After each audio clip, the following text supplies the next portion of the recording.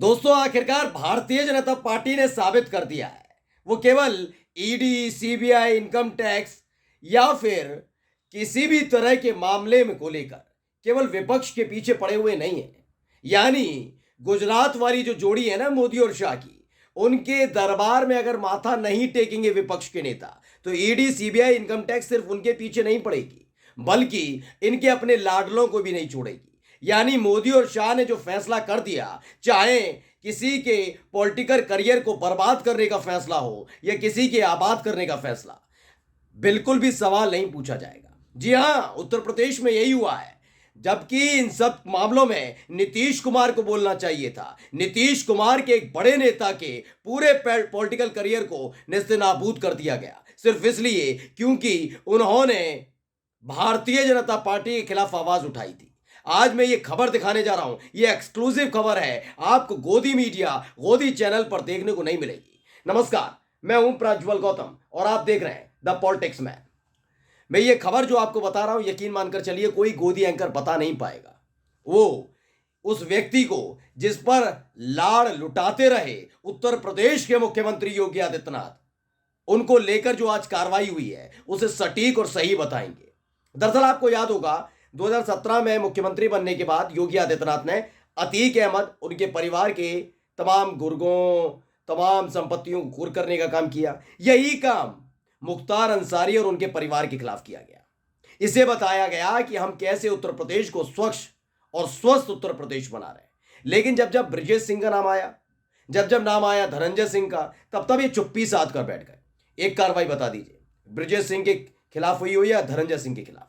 योगी आदित्यनाथ के कार्यकाल में नहीं ना। क्यों? क्योंकि जब विपक्ष कहता था ये ठाकुरवाद है तो ये बौखला जाते थे। लेकिन साबित कर दिया है कि हां, ठाकुरवाद की वजह से ये बचे हुए थे कि आज भी ब्रजेश सिंह के खिलाफ कार्रवाई नहीं हुई। धनंजय सिंह को 7 साल की सजा सुना दी गई है, वो भी सिर्फ इसलिए क्योंकि उन्होंने जनता दल यूनाइटेड के नेता होने के नाते जौनपुर से सीट मांगी थी, टिकट मांगी थी। बीजेपी ने अपना प्रत्याशी उतार दिया। धनंजय सिंह कह रहे थे नहीं नहीं, मैं ही लड़ूंगा, चाहे निर्दलीय लड़ूं या इंडिया गठबंधन के तहत। और फौरन बाद ही, यानी इस ऐलान के 24 घंटे के भीतर एक फाइल खुलती है, कोर्ट कार्रवाई करता है और 7 साल की सजा सुना दी जाती है। खबर पढ़ लीजिए। पहले मैं दिखाना चाहूंगा, धनंजय सिंह ने यह ट्वीट किया था जब बीजेपी ने अपने उत्तर प्रदेश में 51 प्रत्याशियों का ऐलान किया। लिखा, जीतेगा जौनपुर, जीतेंगे हम, आपका धनंजय, जौनपुर लोकसभा 73। साथियों तैयार रहिए, लक्ष्य बस एक, लोकसभा 73 जौनपुर। यह इनके जेल जाने की असली वजह बना है। कोई जो सोचता है ना, नमामि गंगे के प्रोजेक्ट हेड को आपका अपहरण करना, ये तमाम चीजें जो आरोप धनंजय सिंह पर लगे हैं, अगर ये इतने ही थे ना नैतिकतावादी बीजेपी वाले योगी आदित्यनाथ, तो मई 2020 का मामला है। अब तक क्या कर रहे थे? अब तक कुछ नहीं हुआ। दरअसल ये जनता दल यूनाइटेड के महासचिव भी हैं। वैसे तो जौनपुर के जो लोग मुझे देख रहे हैं वो जानते हैं धनंजय सिंह अपने आप में चलता फिरता राजनीति का एक क्लास है। जौनपुर में वो अगर अकेले भी लड़ लेंगे ना निर्दलीय, तो आराम से जीत जाएंगे और रह भी चुके हैं, पूर्व सांसद रह चुके हैं निर्दलीय। लेकिन उन्होंने जनता दल यूनाइटेड को ज्वाइन किया, महासचिव बने। पिछली बार चुनाव हुआ 2022 में, विधानसभा का टिकट मिली थी। ये अकेले एक आदमी थे ऐसे जो जनता दल यूनाइटेड की इज्जत बचा पाए थे। जेडीयू के तमाम प्रत्याशियों की जो उत्तर प्रदेश के अंदर लड़े थे ना, सबकी जमानत जब्त हो गई थी। लेकिन अकेले धनंजय सिंह थे जो हार तो जरूर गए लेकिन जमानत जब्त नहीं होने दी थी, इज्जत बचा कर रखी थी नीतीश कुमार की। लेकिन नीतीश कुमार इज्जत नहीं बचा पाए धनंजय सिंह की।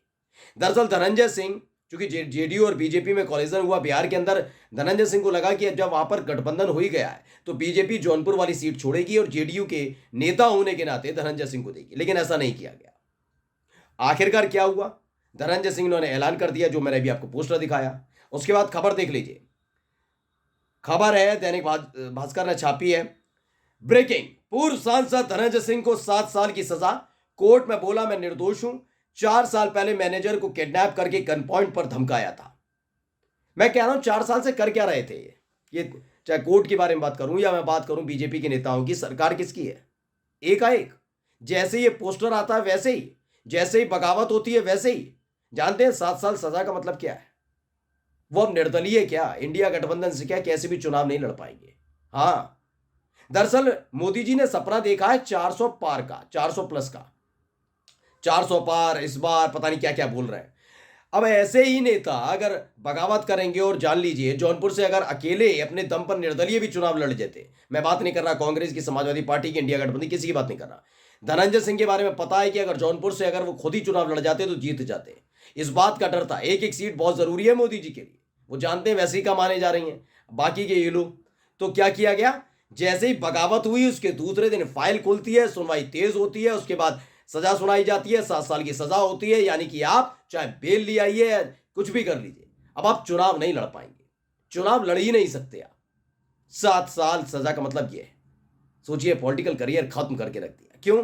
क्योंकि इन लोगों को अपने तमाम लोगों के सर झुकाना है, घुटने टिकवाने, ये मोदी और शाह की रणनीति है। हेमंत सोरेन के साथ क्या हुआ, तमाम नेताओं के साथ क्या हो रहा है, यही किया जा रहा है, और उसी के तहत धनंजय सिंह को शिकार बनाया गया है। नमस्कार।